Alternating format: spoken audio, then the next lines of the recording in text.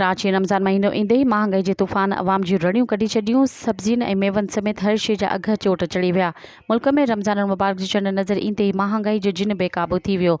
मुनाफ़िक़ोर बेलगाम थी विया, जंहिं सबबि अवाम परेशानियुनि में मुब्तला थी विया आहिनि। सब्जियुनि ऐं मेवनि जा अघ आसमान सां ॻाल्हियूं करण लॻा आहिनि, जॾहिं त गोश्त बि आम माण्हू जे वस खां ॿाहिरि थी वियो आहे। कराची समेत मुल्क जे मुख़्तलिफ़ शहरनि में बसर 200 रुपया फ़ी किलो ताईं पहुची वियो। अदरक 500 ऐं थूम 650 रुपया फ़ी किलो विकिरो थियण लॻी।